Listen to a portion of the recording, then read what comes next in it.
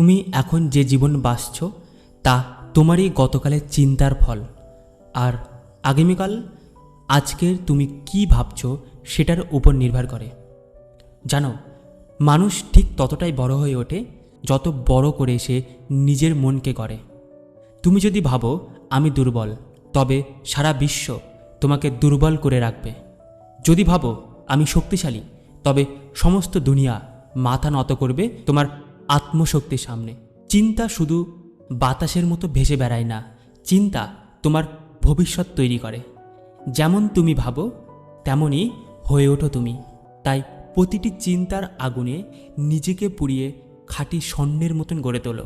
নিজেকে বলো প্রতিদিন আমি পারবো, আমি করব, আমি গড়ে উঠব। মনে রেখো, চিন্তা মানেই শক্তি, আর সেই শক্তি দিয়েই তুমি নিজের ভাগ্যকে বদলে দিতে পারো।